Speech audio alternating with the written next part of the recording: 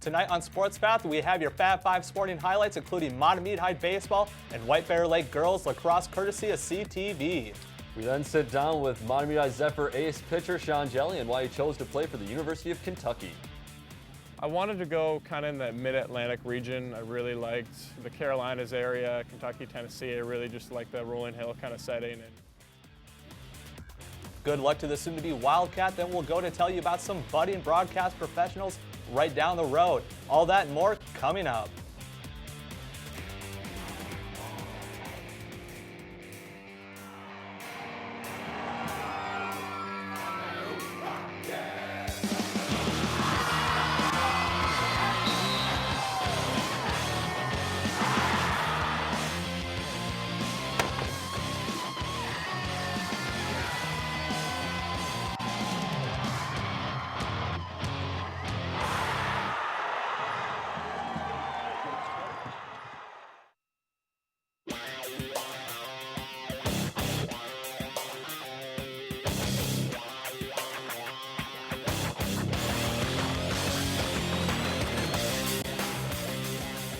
Welcome to Sports Path. I'm Michael Lawrence, joined alongside Sam Erickson.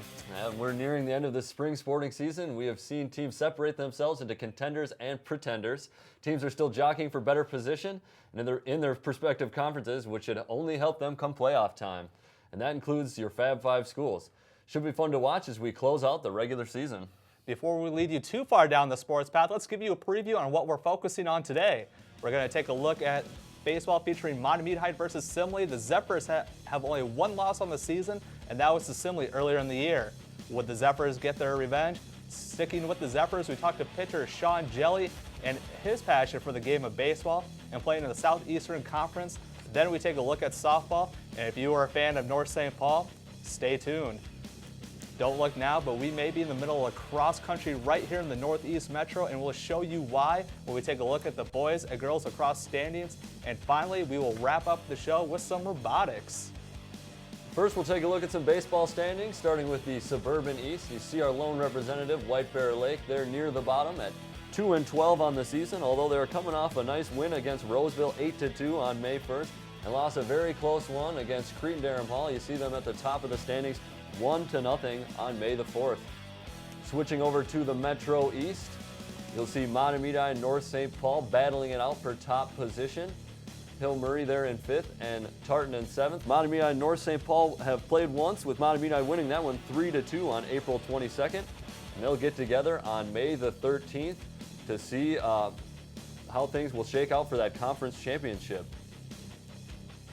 And we're going to take a look at when Matamidi squared off against Simley. You saw there Matamidi only with one loss on the season. Came against Simley a little bit earlier in the year, back on April the 13th. It was a bit of a slugfest with Simley winning that one 14-8. Matamidi got the bats going early in this one, leading 1-0. This has got them up 2-0 as Alex Stone with an RBI single to left. Now we'll skip ahead. This is actually bottom of third. RBI single once again to left. That'll be the first run of what will be a big inning. As you see, Simley starting pitcher Braxton Watson walking number 29 Thomas Polson there. And that will bring the Simley coach out of the dugout. Decides to make a pitching change, trailing 3-0 in the third. That's number 9 Josh Pate. See if he can make a difference. Unfortunately, he can't. First batter he faces is Grant Gibson, who drives it down the right field line. Bobbled a little bit out there in right field. And nice hustle by Gibson as he slides into second, safe there with a single and an error. And a run comes around to score on that one. And right after that, Zach Taylor singling right up the middle. Two RBIs are going to come to the plate on that hit. And that puts Matamidi up 6-0 after their big third inning. You see Taylor there stretching out the legs a little bit. It's 6-0-2. And skip ahead now, bottom of 4. Matamidi still leading 6-0. That's Sean Noel getting things going with the single of his own to the left side. So a lot of singles here. Everybody getting into the action. Nice balanced attack from Matamidi. Another hit come in. This one will be a double as it just sneaks in the third base line. And stand-up double there. Runners at second and third. A little bit later here with runners there at second and third. Pop fly goes to center. This one will be caught, but it is deep enough for the runner at third to tag and score. And that puts Matamidi ahead 7-0. Where the pitch, And once again, we get a single there to right field. And with the runner at first, will advance to third on that single. With now Matamidi now with runners on first and third. Deep pop fly goes into right center. Simley unable to bring it down. Run will come in to score. That puts Matamidi up 8-0. Simley would tack on 3 runs in the next 3 innings, and Matamidi would add 1. But they would take this one 9-3 and put themselves in good position to take home that Metro East baseball crown. Chances are, when you think of 7-footers, you think starting center for the basketball team, but that's not the case for Matamidi High's Sean Jelly. And while, yes, he did start for center for the Zephyrs, he'll be the first to tell you that his heart is in baseball. The senior starting pitcher has helped place the Zephyrs in a half-a-game lead in the Metro East ahead of North St. Paul. We caught up with Jelly and asked him about his post-high school plans, which include going to the Southeastern Conference to play baseball for the University of Kentucky.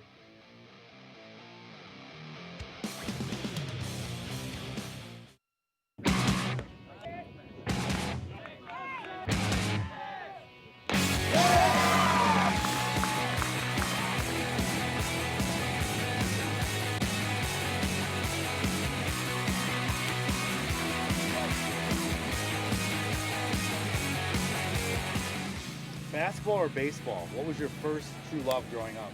Baseball. It was always baseball. I mean, I love playing basketball. You know, my mom loves basketball. My whole family loves basketball. I love basketball, but I always tell people that basketball is a love, but baseball is a passion.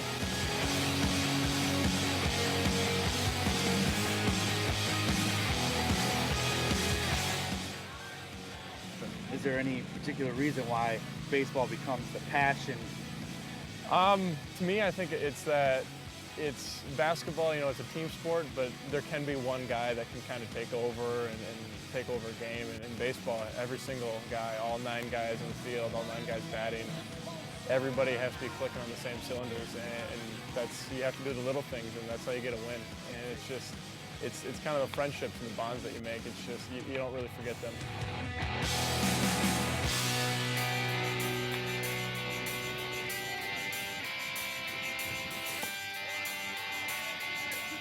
First baseball memory, I'd say it'd be kindergarten. I was playing in-house with first graders, and I hit a quote-unquote triple. And there were a few errors probably here and there, but I remember I hit a triple, and I was pretty pumped up about that because I was playing a grade up.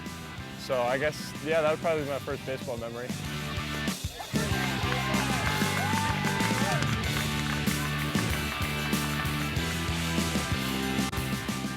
Well, Sean's he's developed a great opportunity this year to be a good leader, and he's taken over that role pretty well. And you know, we had great leaders last year, and Sean was leader in his own right last year, but now he's kind of the guy that has the most experience and has the baseball savvy. So he's embraced that pretty well. So it's been fun to watch him grow as a person and as a leader and take that kind of vocal charge and by example as well too. And he shows that both now offensively as well as on the mound too.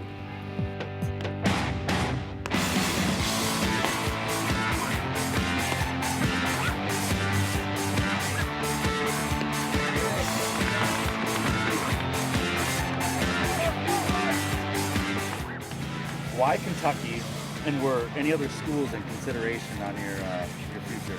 I wanted to go kind of in that mid-Atlantic region. I really liked the Carolinas area, Kentucky, Tennessee. I really just liked that rolling hill kind of setting. And Lexington is a really nice city. It's very moderate, very laid back, but it's still a city, and it's a big college town. I love it there. I mean, SEC baseball, you can't compete with that. And coaches are great. I mean, I trust those guys. I know what I'm going to get when I get there, and it's just, I'm ready for the experience. I'm excited. I love it down there as soon as I stepped on campus. Well, Sean kind of did his homework, and Sean kind of knew where he wanted to go, and I think his choice is a great choice. He's a great staff at Kentucky. He's in a tremendous conference with the SEC, and he knew what he wanted, and he went out and he just continued to perform well, and the guys gave him opportunity, and he kind of made a very good choice. That if I was his dad, I'd be very proud of what he did. But he did most of that on his own. without a whole lot from us, but he kind of guided himself pretty well. So. What are a couple of your, first goals that you want to accomplish once you arrive on campus at Kentucky? Make some new friends. I mean, obviously being on a team, you're going to have a few guys here and there that are going through the same thing, but just getting that kind of bond and that relationship with the team would really be huge. And I'm lucky that I'm a sociable, outgoing person, so I mean, that's nice on my part. So just, getting to know the area, feeling comfortable, settling down, not feeling homesick, just getting comfortable and knowing that Kentucky was the right decision for me. During that interview, it always kind of sounded like Jelly wanted to get out of the Midwest. And although football may be the king in the SEC, they got some pretty good baseball down south. So hopefully he'll have some opportunities to showcase his skills and make some of us Minnesotans proud. Oh, for sure. And in a Q&A session with the Star Tribune, Jelly was asked about what one of his strengths was, and he gave the obvious answer of his height. He heard that for every inch you're over 6'4", it adds like another mile per hour on your fastball, and being 7 feet tall adds probably about another 7 to 8 on his fastball, which he had officially timed at about 89 miles per hour, but he claims he could get it up to 90. We wish Jelly and the rest of the Zephyrs good luck for the rest of the season. Yeah, we'll round that 89 up to 90 for you.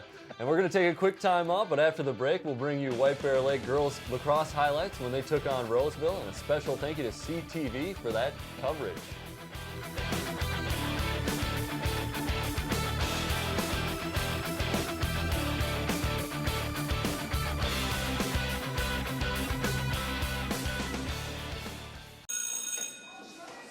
Don't look at me. Your hair's a bit frizzy today. Oh, you should pick that up. Oh, you're such a dork. Loser. Here, let me help you with that. Oops. Every day, kids witness bullying. Oh, look. Your crush is looking at you. Poor you. They want to help, but don't know how. See, no one here's gonna help you, because no one Teach your likes you. kids how to be more than a bystander. Visit stopbullying.gov.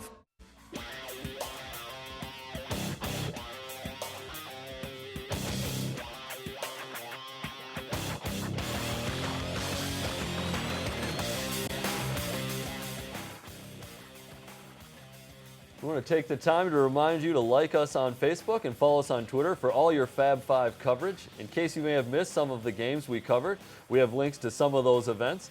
We also keep up our games well after their completion, so if you want to watch some high school football in the middle of May, you can go back and find that game on our Facebook page. Welcome back to Sports Path. We just got done with baseball, so the most logical transition would be to go to softball. One of our Fab 5 schools is having an impressive year so far, and that is, of course, the North St. Paul Polars, led by a familiar name, starting pitcher Megan Rubelkey. And although they're on a 2-game losing streak, they are tied for first in the Metro East. It's been another long season for White Bear softball team, who have gone winless in not only the Suburban East, but on the season as a whole. Their last win happened April 25th, 2014, so more than a year without a win, and it was their only win last season as well. In the 15 games the Bears have played this season, they have allowed opponents to score over 9 runs in nine times. Now let's head over to the Metro East, where we see North St. Paul has split with Hastings, but somehow lost to second place Matamid High.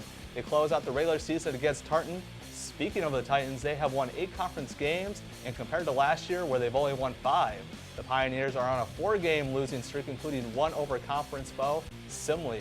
They look to achieve a 500 record in the conference against Henry Sibley Thursday, May 7th.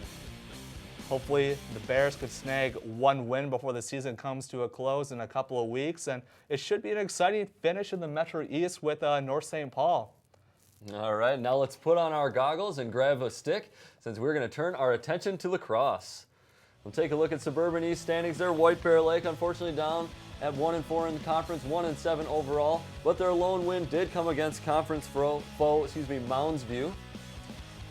And in the Metro East, where you'll see a few more of our Fab 5 representative, in fact, 4 out of the 5 teams there. You got Hill Murray and Matamidi at the top, both undefeated in the conference, although Hill Murray has played 2 more games. And those 2 teams, that is Hill Murray and Matamidi, will face off on May the 7th for a big game when it comes down to conference title implications, so watch out for that one, May the 7th.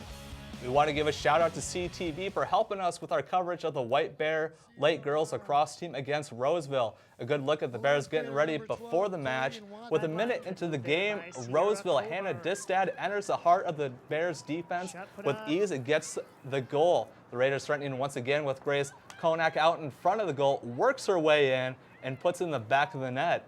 They would tally 4 more to take the 6-0 lead over the Bears. And finally, Madison Tate gets it going for the Bears. She runs behind the goal, surveys, and then gets out in front to place her shot. White Bear would get on the board. Later in the game with Roseville winning 9-1, the Bears would get a possession after the Roseville foul, and Sally Morris launches it to get the Bears' second goal. But the Bears get another free shot, which they turn into a goal. Now they're only down 3-9. Roseville would add a couple more before halftime, making the score 12-3. A minute into the second half, the Raiders have the ball after a Bears foul, and Konak once again has the scoring touch. And later, Roseville would tally another one after the Bears foul. White Bear would add another one late, but it was Roseville winning going away 17-4 in this one. All right, some of our Fab 5 schools are sporting some of the top teams in the state for boys lacrosse. And even at 5-3, the Mahtomedi Zephyrs are ranked number 12 in the state by the coaches. And the Star Tribune listed their game this Saturday against Holy Angels as their game of the week in boys lacrosse. Not to be outdone, the White Bear Lake Bears are on a roll after losing their first game of the year to Wayzata. They have an overall record of 7-1, including a win over the Zephyrs. The White Bear boys lacrosse team sits atop of the Suburban East standings with a perfect 5-0 record, and they still have a play Stillwater and Cretin Hall Durham Hall, and as you can see, both those teams are in a 3-way tie for second place. The Bears are led by Connor Denhart, who scored a whopping 28 goals this year to go along with his 7 assists. Hove Denhart continues his scoring ways since there's a lot of season left and some possible shuffling among teams in that conference. Now let's take your attention to the Metro East. And you probably guessed it, but the Zephyrs are a half a game up in the Metro over St. Thomas Academy. Mahtomedi High is led by junior Matt Schwartz, who has an impressive 26 assists to go along with his 17 goals. Tartan is hovering around 500, but they have won 3 of their last 4, and Hill Murray is trending downwards as they've lost 3 straight. Right at the bottom is North St. Paul. They have been held to under 2 goals 5 times in 7 games. There's been some impressive lacrosse in this part of the Metro, with Fab 5 schools coming on strong in both boys and girls lacrosse. That girls lacrosse matchup with Hill Murray and Mahtomedi High should be an exciting game for all the marbles in the Metro East. And that happens tomorrow night at Mahtomedi High. Definitely should be a fast-paced game as the Zephyrs have outscored Metro East opponents 57-6 in 3 conference games this season. And you have to imagine that Mahtomedi High and White Bear may meet again in the boys' playoffs, and that should be an intense game if that were to happen. Oh, for sure. Coming up after the break, we explain why you are seeing some Mahtomedi High school students helping us out on some of our productions.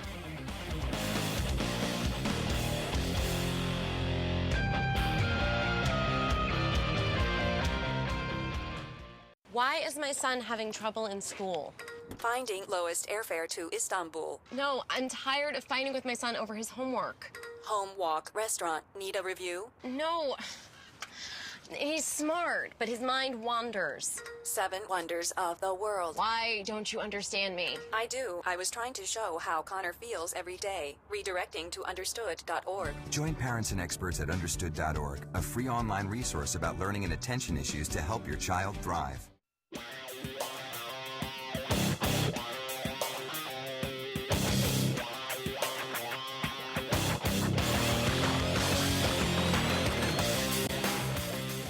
All right, welcome back once more. I'm Sammy E. here with my main man, Michael Lawrence. Well, we have some odds and ends we want to mention before we close up shop for this evening. And if you've been coming to some of our live sporting productions of Mahtomedi High Zephyr games, you may have noticed that some of our crew appears to be a little bit younger. Well, that's because they are younger. They're Mahtomedi High School students who have taken an interest in live broadcast productions. And at Mahtomedi, they are involved in a media program, and this is the program's 2nd year of existence. They do have equipment of their own and have done their own productions of basketball games.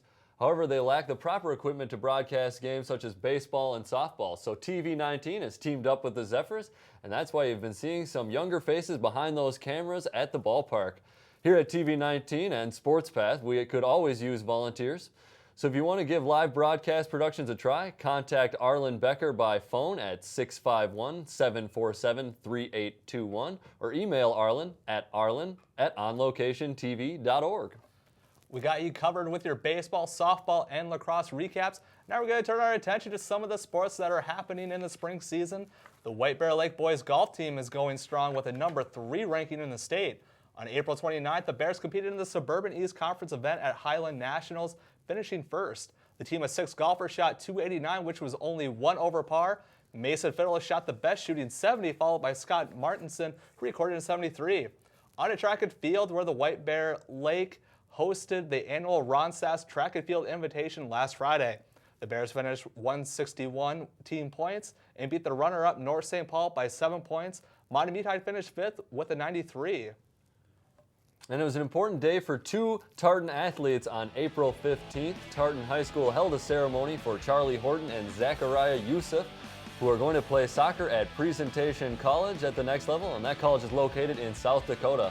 Both Horton and Youssef were midfielders during their time at Tartan, and last year Presentation finished the season with a losing record of 3-12, so Horton and Youssef should have a chance to crack the starting lineup and maybe help them out a little bit. Yeah, best of luck to them in their future endeavors. We have mentioned the Tartan Robotics team before. Now we want to give you a better understanding of what they do at their competition. For this year, their main goal is to construct a robot to help their team complete a task. And for this year, the competition, there are 3 objectives a robot can complete. The first one being they can have the ability to stack totes on top of other totes. The second task, they must stack recycling containers onto those totes. And then finally, having a robot place a piece of litter into those recycling bins.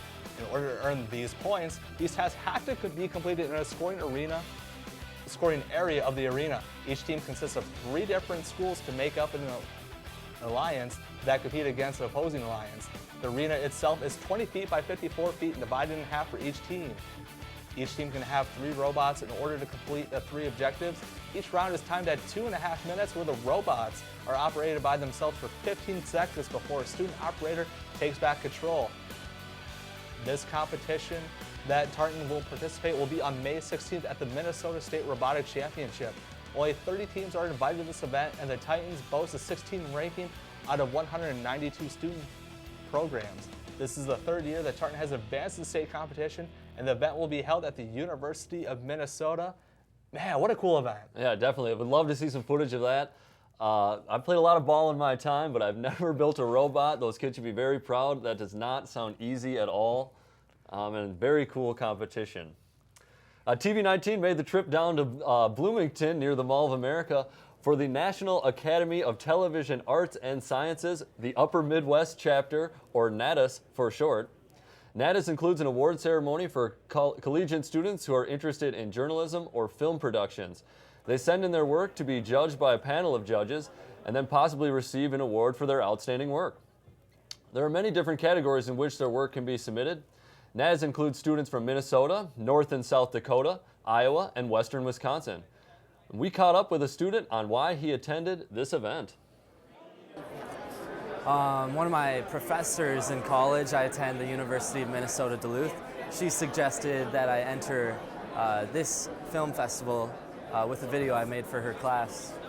I showed up at 10 o'clock and there's a 2-hour space where we get to meet and connect with television companies and colleges, and there's a lot of great opportunities for summer internships and jobs. It's a great event for students to come out here and connect and meet new people and just build relationships. As we mentioned before, TV19 made that trip because we're in search for interns and volunteers ourselves. So if you're interested, be sure to contact Arlen Becker, as we could always use the help of interns and volunteers, no matter what the season it is. And that will always look good on a resume. For sure, and we want to remind you that the next taping of Sports Path happens later this month on the 26th. You can be sure to count on us for your coverage of the Fab Five, which includes probably some Montemeade baseball with those student productions. And by that time, the spring sports season should be in the thick of the playoffs, and you don't want to miss any of the action or highlights from the sectionals, going into the state tournaments, and all that good stuff. Be sure to check us out next time as lead you down the sports path. I'm Michael Lawrence, and this has been Sam Erickson saying goodbye.